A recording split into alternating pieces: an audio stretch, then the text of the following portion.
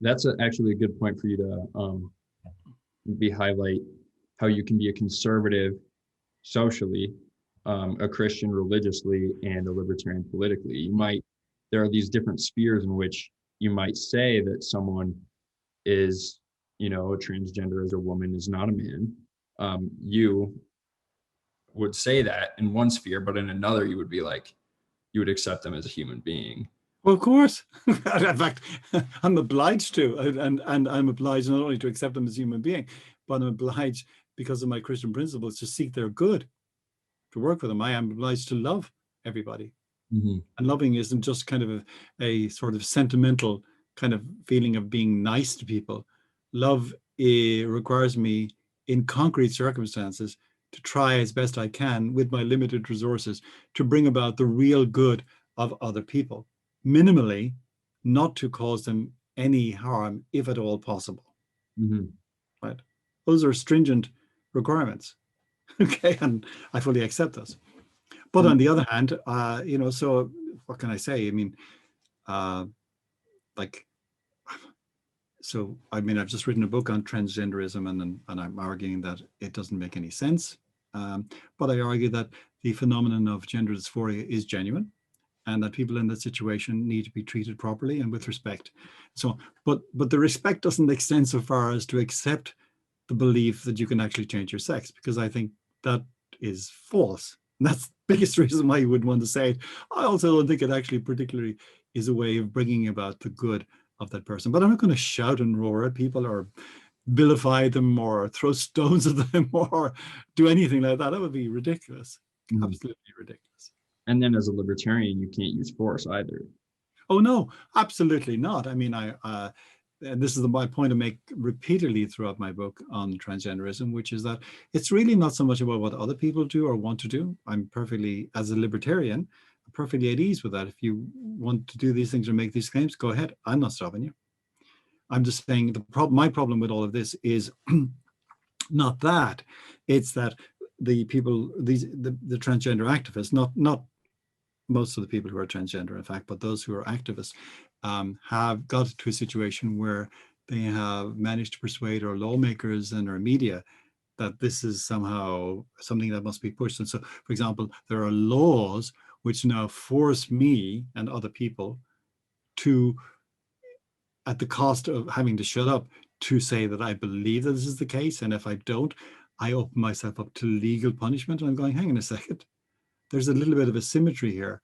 Mm-hmm. I'm not imposing any laws on you. I'm not restricting your movements by imposing laws on you to do this or to do that, or not to do this or not to do that. But you, through the agency of the state, are imposing laws on me. That's the problem. Yeah, and that's the distinction also between you being a political libertarian and a political conservative. Absolutely. Right? A conservative might use force, say, I don't even know, like that one can't become a transgender, for instance. Oh, no, I mean, you would, if you were a political conservative here, you could see it as your right to introduce laws which would forcibly prevent people from doing this or giving effect to their beliefs. Yeah. And while I excuse me, while I would agree that these are these giving effect to these beliefs is probably not a good thing for those people, it's a whole other thing when you start using the force of the law to prevent it from doing it. And that's the asymmetry. I make that point again because I think that's vitally important. As a libertarian, I'm not forcing anybody to do anything. Okay. But I'm resisting the imposition of force on me and on people like me. In fact, many people, I would think most people, in fact. But now, because of the force of the law, many people are scared and self-censoring. Not that they want to go around shouting at people or parading or objecting, but they want to be able to say things like, well, I don't think a trans woman is actually a woman, and so on. I'm very happy if Tim wants to call himself Fenella and walk around in a dress. That's okay. I mean, hey, great. What can I say? It's a big world. I may think it's silly and all of the rest, but whether, it's really none of my business. Yeah. I can do it. And it also goes to the point of libertarianism not being I think you said it's not a complete moral theory, because it's not necessarily connected. You can have people, if there's anyone out there that here's what you're saying and they're like, oh, well, libertarianism has to go now. It's like, no, this idea isn't necessarily connected to libertarianism. You can be a libertarian and believe these things. You can.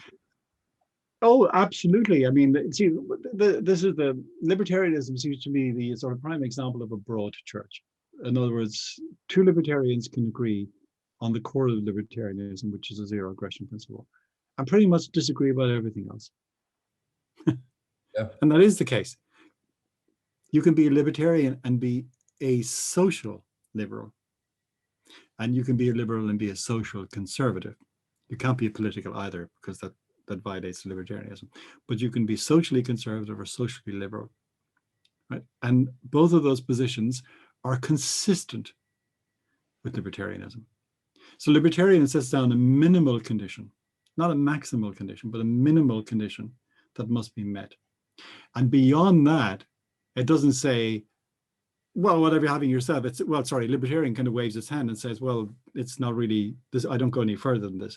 This is as far as this train goes. Okay. After that, you've got to work out how you live your life with other people. And of course, many really important things, how we live with other people, are arrangements, marriages, family, children, jobs, professions, arts, music, literature, all of these things go way beyond that. Libertarianism doesn't say anything in particular about those. Why should it?